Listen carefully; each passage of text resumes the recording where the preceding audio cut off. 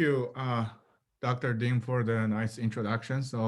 Hello, everybody. It's my great pleasure to have this opportunity of presenting my work. And thanks for Hei Chang invitation. And she want me to talk about my work on predictive modeling on clinical data. So this is why I picked this topic. I have done a lot of different research works in the past decade on this topic. I think today, because I noticed this is a seminar series for Institute of Data Science.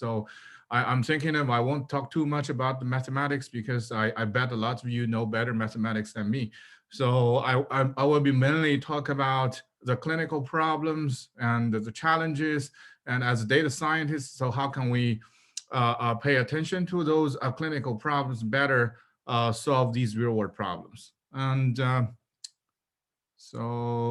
this is my disclosure. I'm consulting for IBM, Bollinger Ingraham, American Air Liquide, and my research is funded by a lot of different places I will acknowledge at the end.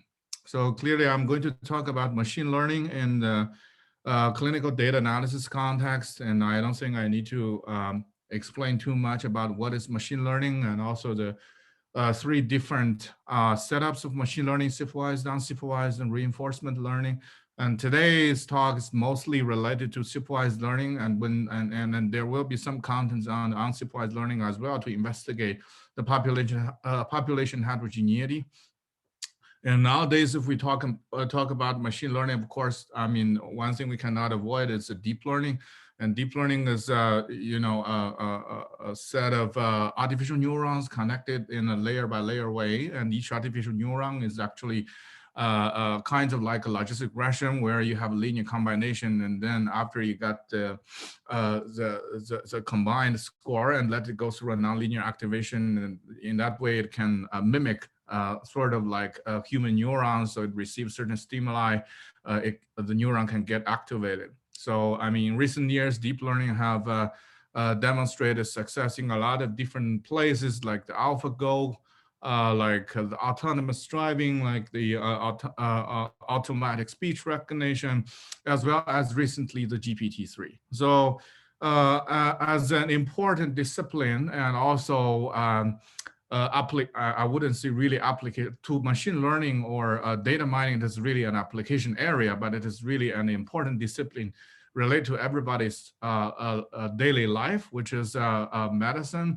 I mean, there's also a large amount of heterogeneous data. I mean, with the patient in the center, we have, for example, the electronic health records, which you will see later on, and clinical notes, physiological signals, videos, dialogue data, biomedical literatures, neuroimage or medical image, and pharmaceutical research and development, and so on and so forth. So in the past, the general scheme for or strategy for medicine is one size fits all. Let's say if you have a certain type of disease, then can we discover or develop medicine that a drug that can treat this entire type of disease, like a specific cancer. I mean, with time going on, people recognize diseases are complicated, and typically most of the diseases we are doing research so far, like cancer, like Alzheimer's, like even COVID, it is highly heterogeneous. So, I mean, even for two-person, both are infected by SARS-CoV-2, I mean, COVID, I mean, their symptoms and the clinical manifestations could be very different. So in that way, that means that if you want to just use one single type of drug to treat this entire disease is almost not possible. So that's why, I mean, NIH and also the research leaders propose this precision medicine initiative, which is really looking at develop customized or a tailored treatment that can be targeted to specific individuals. And this is a piece that Francis Collins, who is the director of NIH, so when he explained this new initiative of precision medicine, this is in 2015. So he specifically mentioned in this article that initiative will encourage and support next generation of scientists to develop creative new approaches for detecting, measuring, and analyzing a wide range of biomedical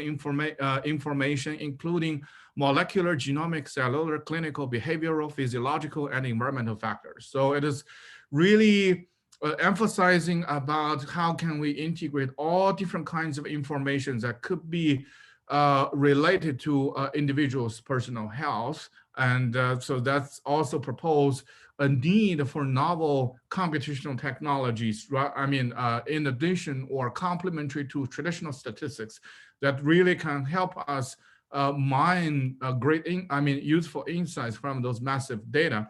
And today, so I'm the title of my talk, I'm going to mainly introduce how can we develop predictive models from longitudinal patient clinical records, which is mainly the electronic health records.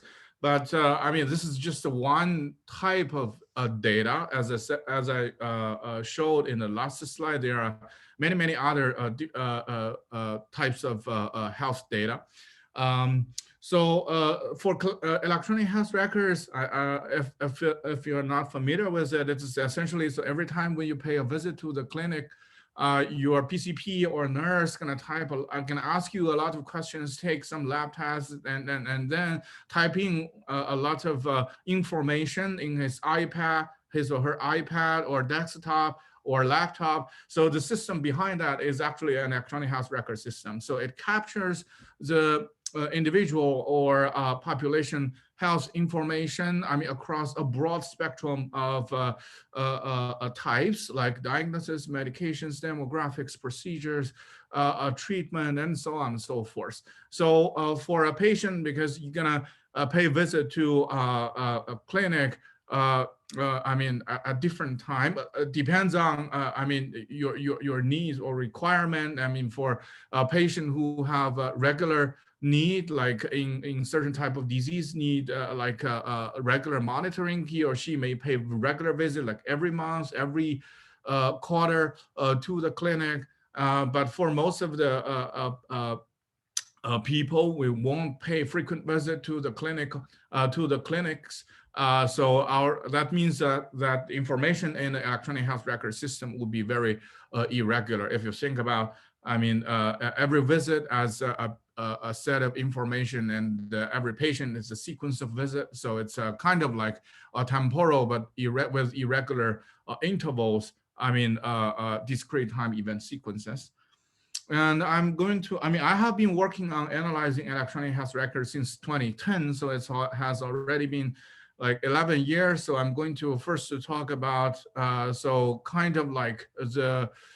methodology evolvement from 2010 to now, about building predictive models on electronic health records. And then I'm going to talk about the challenges that are still not solved. And then I'm going to talk about the future directions. So the journey. So this is actually one of the early studies where we are collaborating. We were collaborating with Geisinger Health, and they actually want us to identify if there is any early signals that could be predictive of later on heart failure onset. So we know heart failure is a fairly a prevalent condition. Not just all over the United States, but also across the world. And it is very difficult to detect heart failure at early stage. And usually if it is detected at a relatively advanced stage, there's essentially nothing you can do to really cure it. Because the heart structure is changed, it is not reversible. So the earlier we can identify some signals that could be indicative of later on heart failure onset, there is a better chance that there could be some effective treatment or intervention that you can do to alter the disease progression, or slow down the disease progression. So that's why people are interested in identifying early signals for these chronic disease.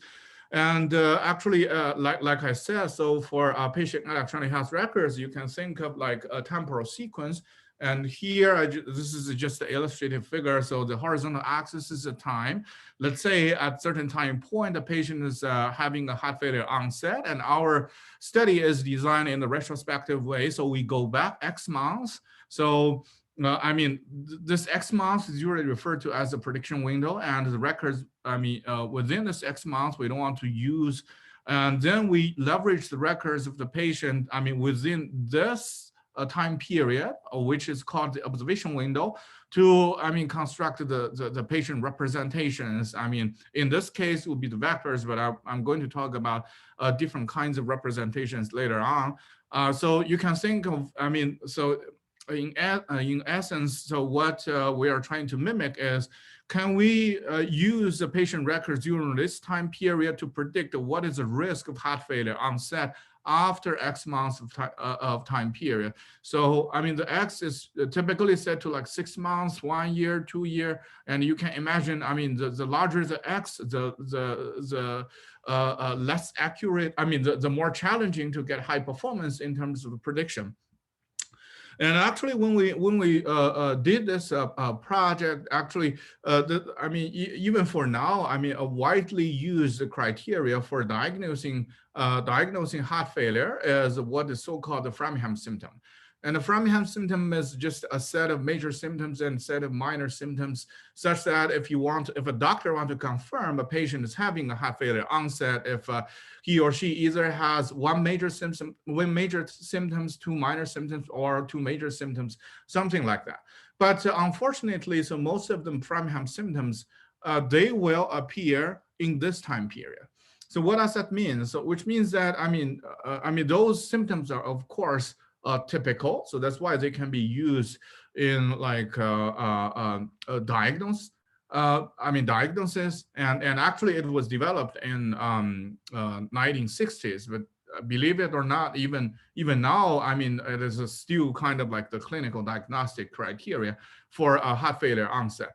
I mean, those symptoms typically appear in the late stage. So which means that although if they appear, you can diagnose, but that does not mean the effective interventions can be applied. So we are thinking of if we can detect some early signals, and while at the same time we don't want to like throw out the Framingham symptoms, because they are kind of like clinically validated and used symptoms that could be predictive or indicating the heart failure onset. So we are in a scenario like we want to identify a set of signals. So here the signals are essentially the set of features. Here the features could be the diagnosis, could be the medications of the patient that he or she had in the past.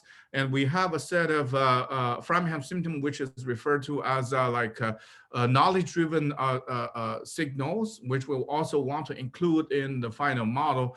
And we want to detect from the patient records in a data-driven way, such that those, data-driven selected features, it can be complementary to the knowledge-driven features, as well as representative among themselves. So that's how we add this. You can see this is essentially a variant of Lasso, and we just add 2 more orthogonality terms. So the one term encourages the orthogonality of the data-driven features to the knowledge-driven features. The other one is the orthogonality among the data-driven features themselves.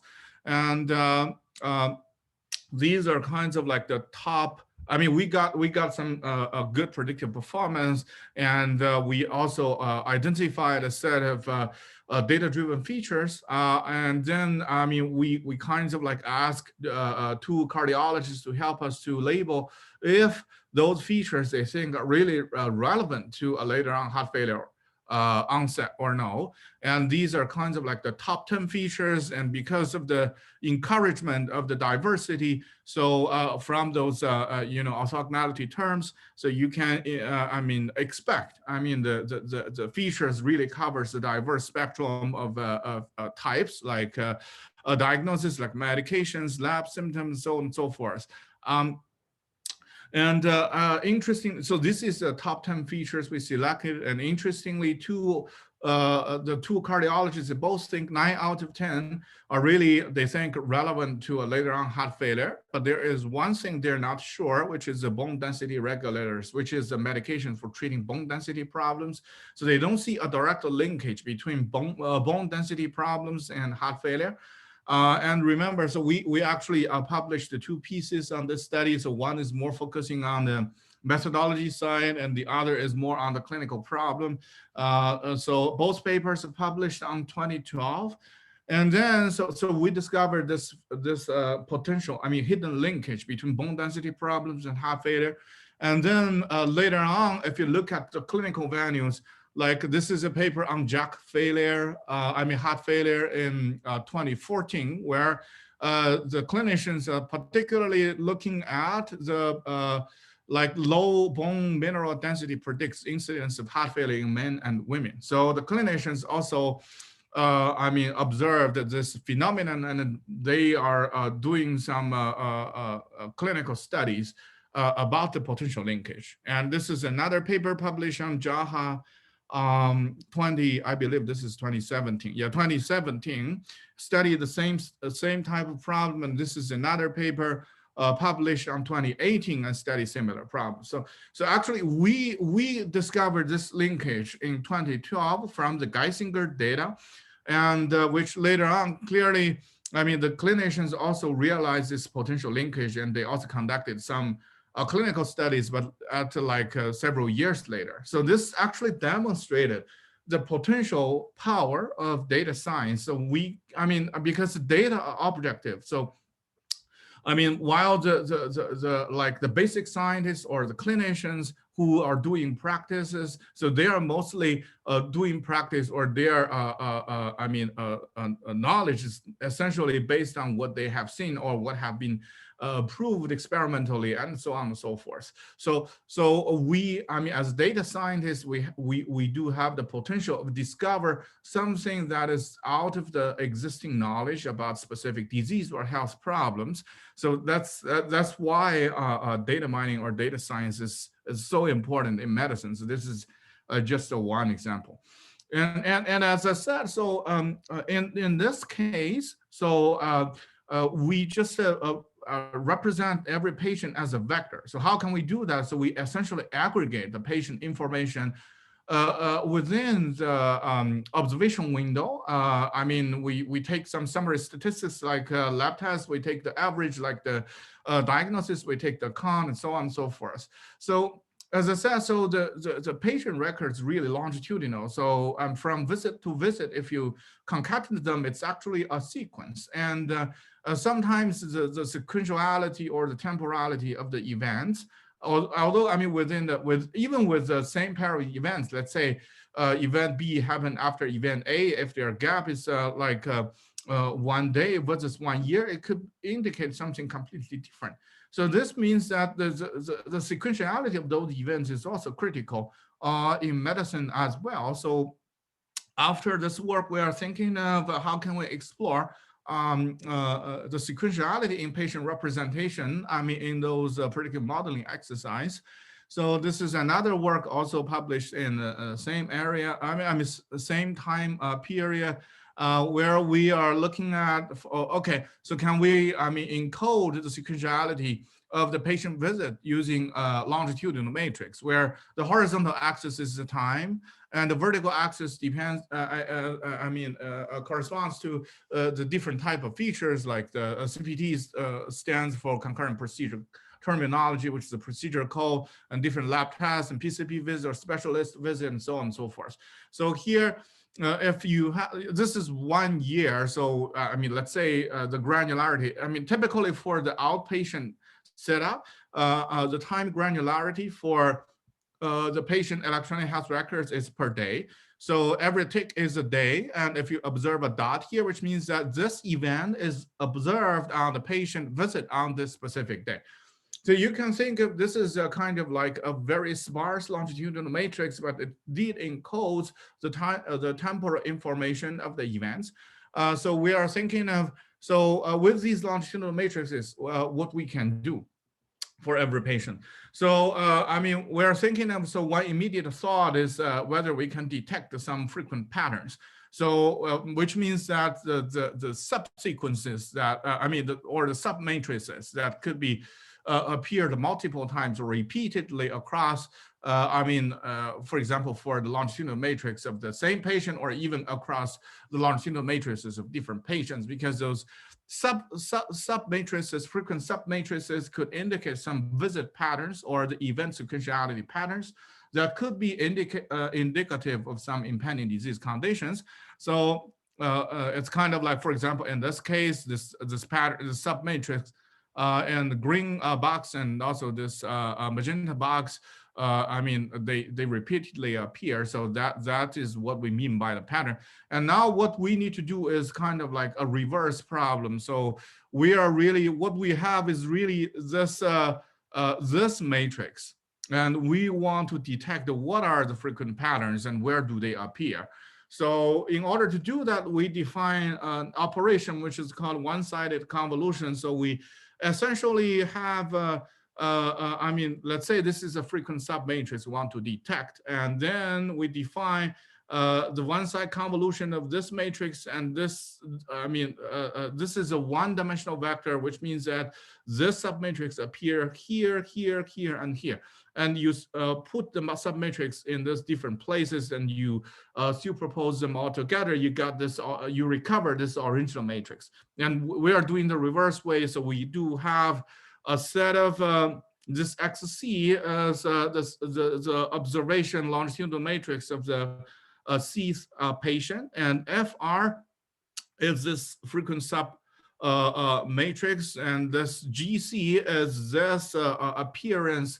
You can think of one-dimensional axis encoding where the submatrix appears, and it is a set of this one-side convolution, and you add up all of them together, and this AC is just a mask where we only want to consider the places in this longitudinal matrix where you have values for the zeros. It does not mean it is really zero. For example, a zero means this diagnosis didn't appear, but it may just be because you didn't pay a visit to the clinic. It does not mean you don't have that disease. So we treat them more of like a missing value instead of like actual zero. And we do some regularizations to enhance the interpretability and sparsity. And we solve this, we call this convolutional matrix factorization problem. And we try to recover what are the frequent patterns and where they appear. So remember, so this is the paper we published on 2012. And this is on KDD. So the work was done like in 2011 or 2010, I forgot.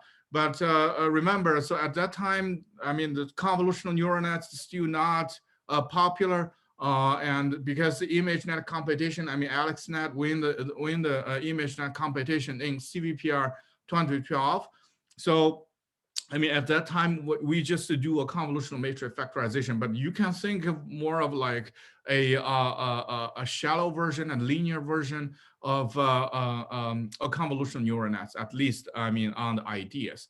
And we did some, later on, we extended this paper to a PAMI paper. And this is actually a toy example. We constructed 3 longitudinal matrices from these, I think, 4 different patterns. And we intentionally said, because in reality, you never know how many patterns, actual patterns do you have. We intentionally set the patterns to be 10. And this is actually the result. So surprisingly, so our algorithm correctly identified all the 4 patterns, but for all the rest of the 6 patterns, it is just all 0. So that's very interesting. And later on, we applied our algorithm to like detect the patterns of patients with type 2 diabetes.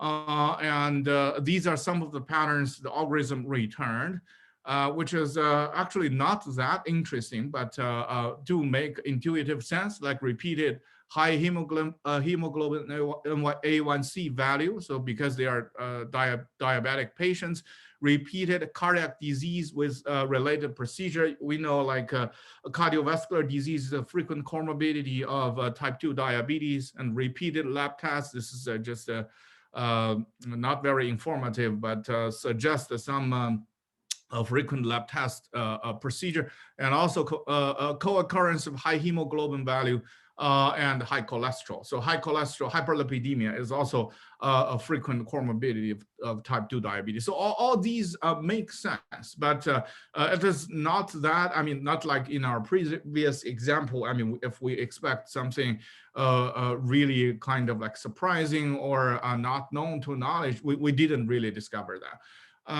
So we are thinking of something else. So I'm going to talk about that.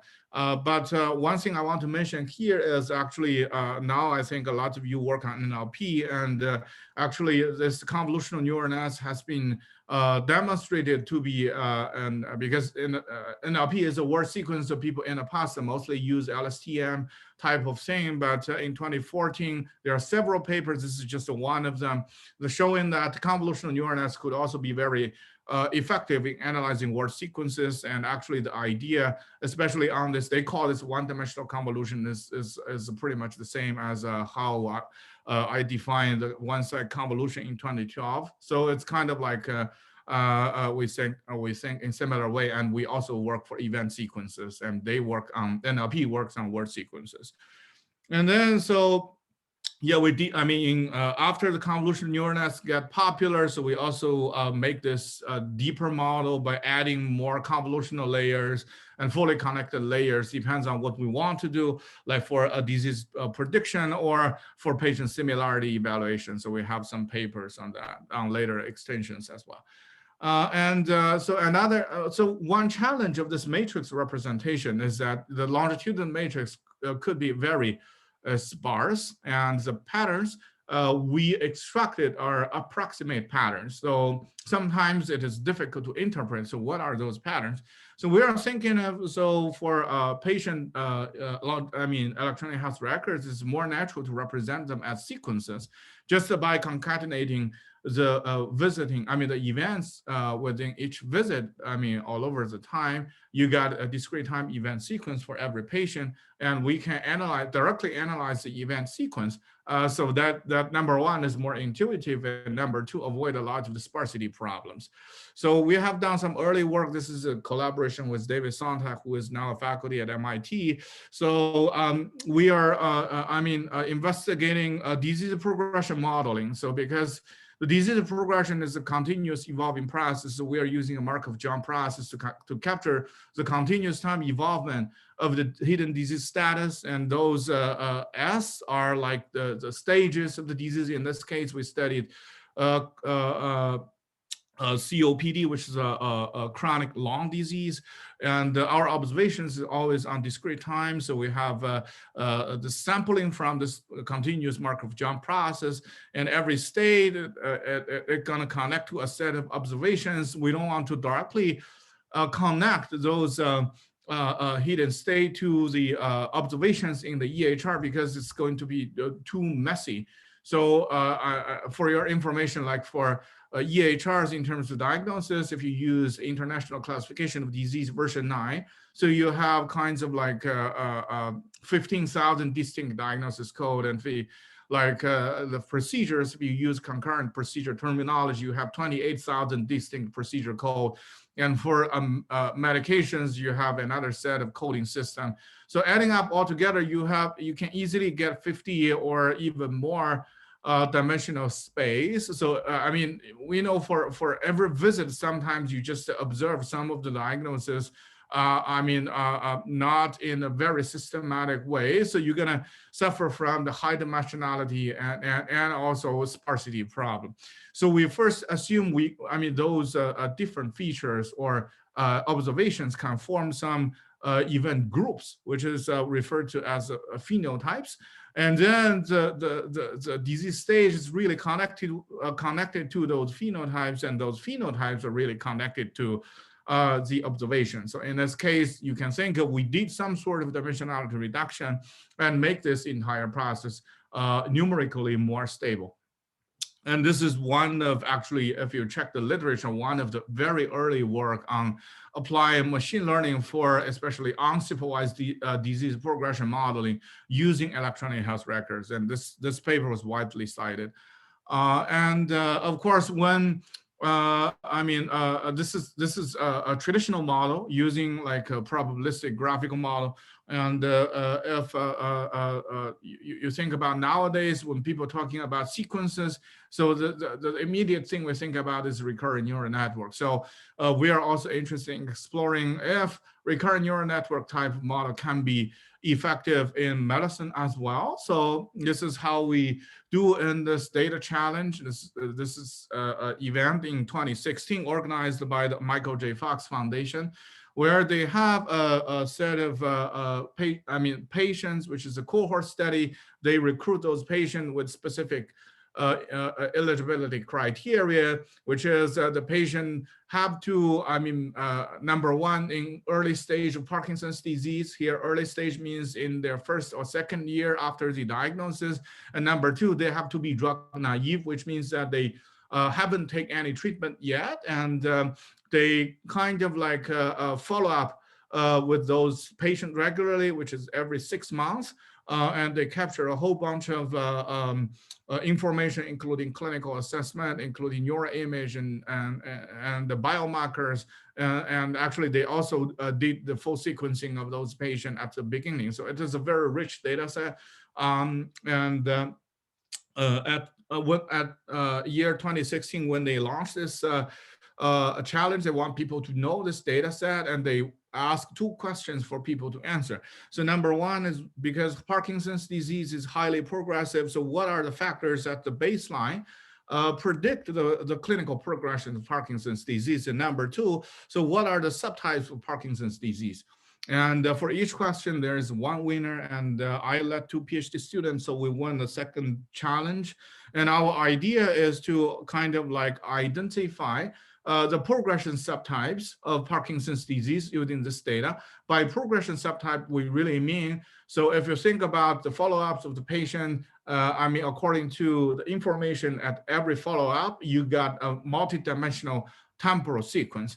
And different patients, of course, gonna have different trajectories if you connect those event values of the patient in different follow-ups. So can we identify some common disease progression trajectory patterns such that the patient within the same subtype, they have similar patterns. So that's what we are thinking of.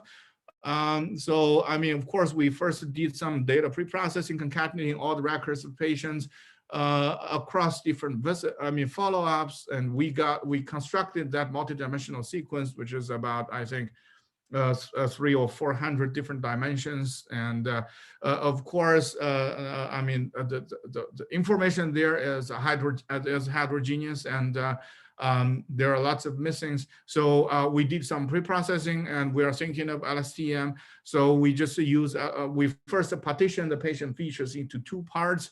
So one is the input, one is a target. Here, the target feature is really, we did some literature search. So according to the existing clinical literature, so some of the indices in their feature, people have already used them as an indicator for Parkinson's disease progression. So it's kind of like the output or the supervision when we do machine learning. So that's how we did the partition. And then, so we train an LSTM from the input to the output, and we take out the hidden embeddings, which is kind of like, a standard, if you're familiar with LSTM, so the hidden embeddings, they went through some hyperbolic tangents, so it's going to be valued between -1 and +1, and it is standardized, it is dense, so, and we reduce the dimensionality. So it's kind of like some sort of pre-processed temporal sequence for every patient. And then we use dynamic time warping to evaluate the pairwise similarity or distance between the patients. And then we embed them into 2-dimensional space using TSD, and then we do clustering on top of that. And we discovered 3 clusters. So, they nicely correlates with the progression patterns of PD. So one is slow progression, one is medium progression, one is rapid progression. And we did a lot of post hoc analysis on what are the change patterns of the features different features, including motor, non-motor, mood and sleep and smell and so on and so forth, of the characteristics of the patient across different clusters. And it received a lot of attentions. And actually, this is the initial study. And after that, so Michael J. Fox has continuously funded me for, I think until now is 4 years. I mean, on further strengthen this subtype discovery and try to replicate in other cohorts as well. So because this identification of disease subtypes is really a critical way of understanding the heterogeneity of the disease, like Parkinson's in this case, and develop like customized treatment like we talk about in precision medicine. And of course, there are more more advanced models. I don't want to introduce the details. Like we make like time-sensitive LSTM to encode the exact timestamps, and we have even, combined the LSTM with the convolutional neural nets to make the model more flexible. And we recently we have also designed one memory network to really let the memory network mimic the human memories, which is called the Sheriff and Atkinson cognitive model. So I mean, these are just more advanced on the model side. So as you can see, so from 2012 to 2018 or 19, so you see the evolution of the methodologies is becoming more and more fancy, and also more and more complicated in terms of predictive modeling. But what are the challenges? So I want to first talk about this paper. This is actually the first paper published from Google on analyzing electronic health record. You can see it is widely cited. Actually, I copied this from a Google Scholar right before this talk. And they want to leverage electronic health record to do 3 things. So number 1 is in-hospital mortality prediction. 1 is hospital readmission prediction. 1 is length of stay prediction. And the things shown in these boxes are the baseline models they compare, which is essentially a set of linear models based on logistic regression. And actually for hospital readmission, it's even more simpler. It's a scoring system called the hospital score used in the hospitals, which is just you have different scores for different features, and you add up all of them together and threshold them to see if you are at a high risk of hospital readmission or not. And all the others are just a set of features you train a logistic regression. And what is the model trained by Google? So it is actually an ensemble of 3 models. So one is a weighted recurrent neural network. The other is a feed-forward neural network with time-aware attention. The third is boosted decision stops. And let's look at the result. So essentially, so this is the monster model. So they built, so this is the 3 different tasks, and the following 3 rows are essentially the baseline model. So you can see you don't really see a big difference between this monster model. Remember, the other models are just a logistic regression. So you see, especially if you consider this 95 confidence interval, a % confidence interval, it overlaps a lot, and you don't see a significant improvement of with this complicated design. So that's the first example. The second example is, from my lab. So we have also trying to investigate if this deep learning model can improve the hospital readmission for patients with coronary obstructive pulmonary disease. So this is a difficult but very meaningful task, because for hospitals who get high risk, high numbers of COPD readmission, so those hospitals are going to be penalized financially by CMS. So that's why those hospitals are interested in building predictive models for this. Yes, we have investigated different kinds of features from knowledge, from data, and also different representations using vectors, matrix, and sequences, and different conventional models, support vector machine, random forest, gradient boosting tree, until like deep learning models, convolutional neural nets, recurrent neural nets, and also all different kinds of embedding methods like I shown here.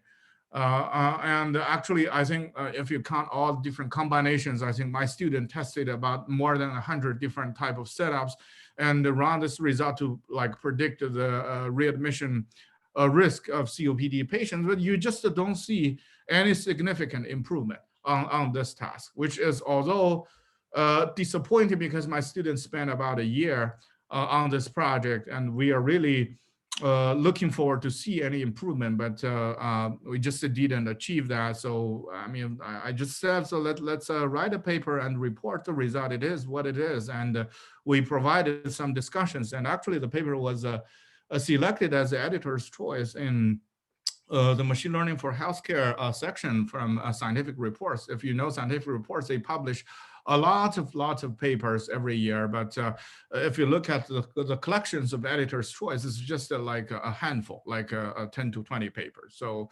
it is a little bit surprising, but on the other hand, people are interested in learning these negative results as well.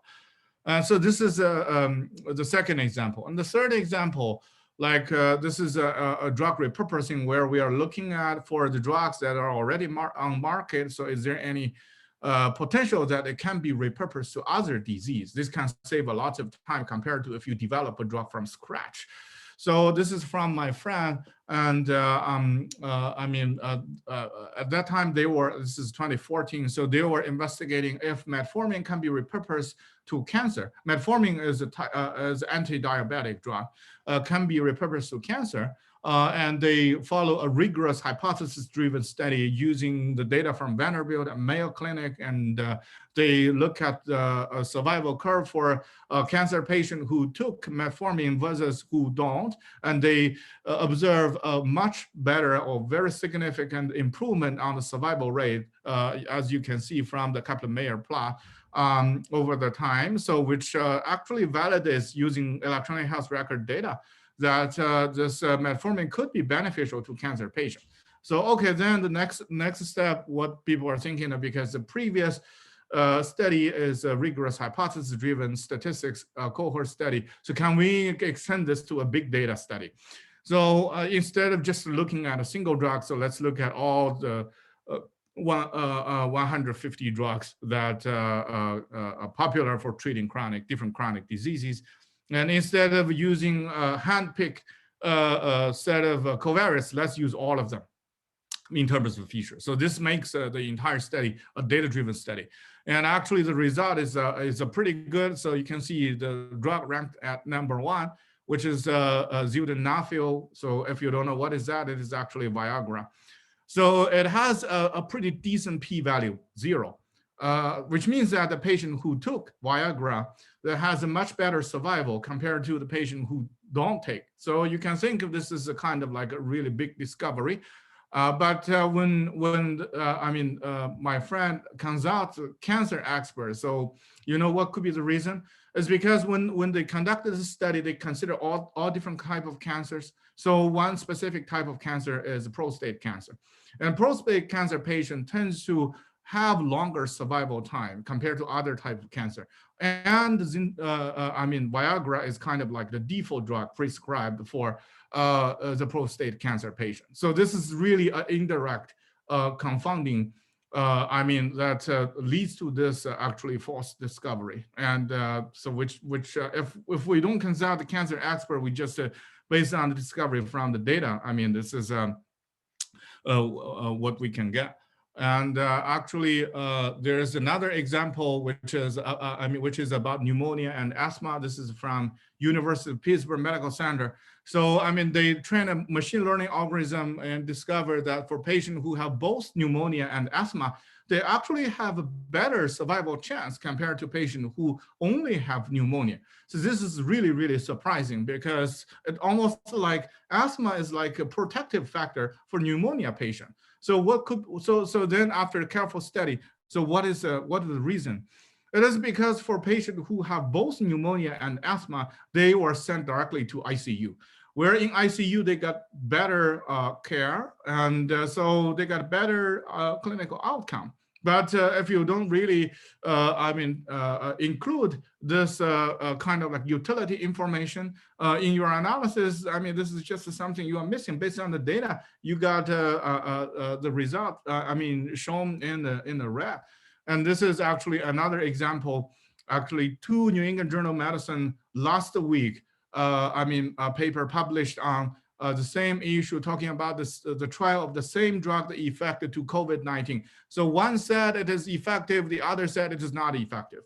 So this is very, not uncommon in medicine, but all these examples demonstrate some challenges and some serious factors we need to consider as a data scientist when we design algorithms to solve these problems. So let's talk about some future directions. So number one, as I have shown in all these previous examples, understanding the data is very important. So this understanding the data is not understanding the data from data science perspective, but really understand the data from a clinical perspective. So we are not clinicians. That means that we need to work closely with the clinicians to understand what is included in the data, what is not, and what are the information relevant to your final task. So this BMJ article actually shows a very interesting study. So a lot of the times when we do analysis on electronic health records, when we want to consider the lab test, we of course gonna use the lab test value. But what those guys shown is that if you really look at the time when the lab test was ordered, sometimes was more predictive even than if you look at the actual value. So the example they shown here is like, look at the white blood count order time. I mean, they look at for the patient who get WBC ordered at 4 a.m. in the morning, doesn't matter the value is normal or no. So they are more predictive of the patient mortality compared to a patient who ordered a WBC count at 4 p.m. in the afternoon. I mean, even if the WBC count value is abnormal. So why is that? It is because nobody gonna order a WBC count test at 4 a.m. in the morning for no reason. So there must be something wrong with this patient, so they order that lab test. So this is kind of like, because for EHR, it encodes all those operational information and practice information in the data. Without consulting the clinicians, I mean, we cannot figure out these operational insights content in the data. So that means that a lot of times we face the risk of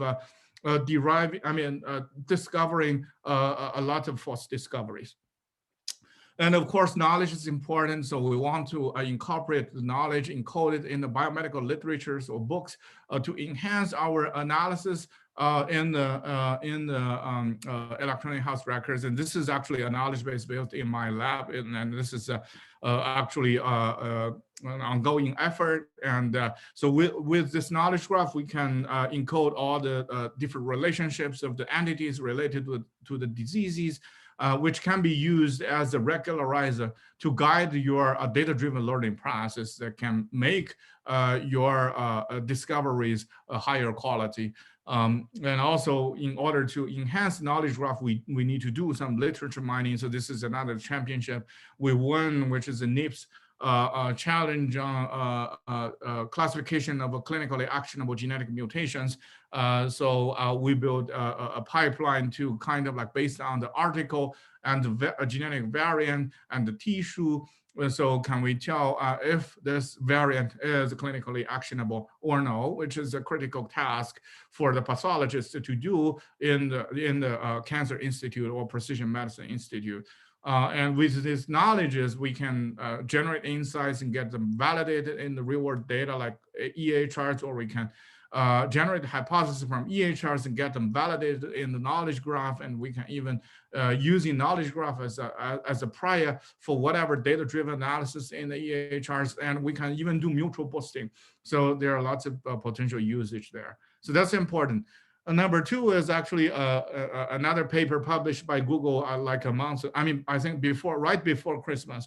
So they proposed a phenomenon called model under specification, which is really about you train a model that works well on your current data, but if you test it, and not really test, but deploy it on another data set, you observe a big performance discrepancy I mean, they call this model under specification. It got widely reported. So what is the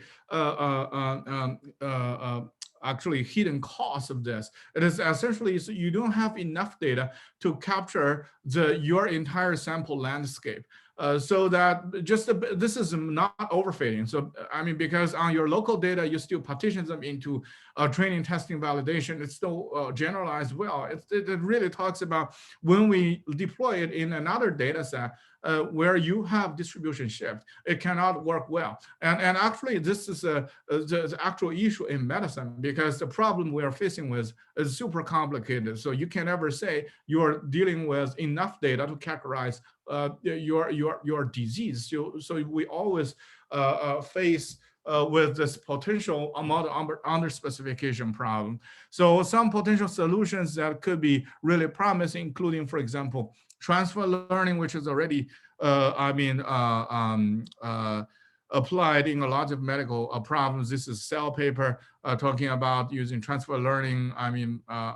From ImageNet to like OCT scan, which is a eye scan to diagnose eye diseases. And we have a previous paper about leveraging meta learning in the predictive modeling case. And also federated learning, people talk a lot about. So we have different hospitals on different patient populations, and if we want to leverage all the informations in a privacy preserving way, so federated learning is a good choice. And we have a recent paper leveraging the patient information from the 5 hospital system in Mount Sinai, and we use federated learning and achieves good result on predicting the 7-day mortality risk of COVID patients.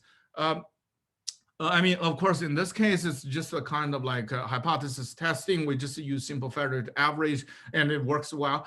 But there are lots of issues related to federated learning, which need further thoughts as well. Number one is, how can we guarantee so a global consensus model can really, the performance can really beat the local model. So a lot of time people talk about the uniformity in federated learning, but people just look at the worst performed local client.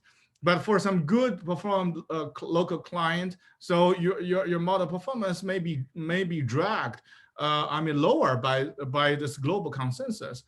And if I am a hospital with good resource, I contribute the data and my performance goes worse. So why do I contribute the data? So all these kinds of issues needs to be considered, especially in medical scenario. And of course, in addition to EHRs, we want to leverage other information to give us more, comprehensive, better understanding about patient health status. Like in this work, we integrate EHRs with brain image, and in this case, we integrate EHRs with EKG signals.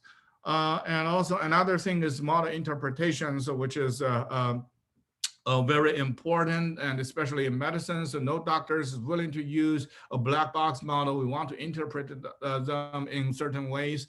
And actually, there are 2 different types of interpretation. One is intrinsic interpretation, like interpretability, like decision trees, logistic regressions, and so on and so forth. The other is post hoc. You have a neural network and you try to use it as a teacher model to train a student model, which is interpretable. But there are still challenges and problems in both mechanisms. Like attentions is one popular mechanism to get you the intrinsic interpretability. You have those feature importance captured by the attention weights. But actually, there are recent papers talking about actually those attention weights are a lot of times not doing the job it's supposed to do. It rather serves as additional features, which is very likely to happen because you always train deep learning model in end-to-end way. You never know what those attention weights are actually doing. We analyzed this phenomenon theoretically and proposed some solutions based on causal inference. So, we call this the phenomenon, the combinatorial shortcut phenomenon, where it's really, because of the end-to-end way, those attention weights serves as additional features instead of really telling you which feature is more important. And another thing is post-hoc interpretation, like the SHAP is one of the representative a post-hoc interpretation way. I mean, if you do the post-hoc interpretation, this is one study from my colleague. We have another one that is under submission. So like, we don't want those interpretations to be unstable. So which means that, I mean, if let's say I build this model, which is to predict the SARS-CoV-2 infection status based on routine blood tests, I mean, I don't want, if let's say I change my data set from New York to Houston, then the interpretation change. So I want it to be stable so that I can use that. But there is no guarantee that this distillation strategy can be stable. So how can we make the model interpretation to be stable, which is actually a very interesting and practical question to be studied. And of course, model security, I think I don't need to explain this in very detail. I mean, adversarial attack stuff. So in medicine, so now we are not just facing with the security consideration of the data, but also the model. So, I mean, this is a science paper talking about you can do adversarial attack on the model to get insurance fraud. And we also have a paper showing that this is also possible. Adversarial attack is also possible for electronic health records. So essentially a slight perturbation of the lab test value going to reverse the model prediction. And the last thing is about the model bias. So if you check the model predictions across different, let's say, race and ethnicity groups, I mean, the prediction might be very different. So how can we mitigate that? So we have done some studies on this directions as well.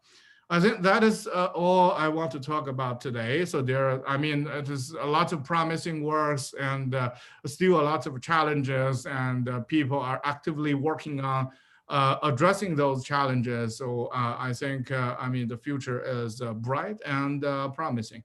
And I want to acknowledge this is my team and collaborators, and this is the funding agencies funded my research. And thank you. I think I have 2 minutes for questions.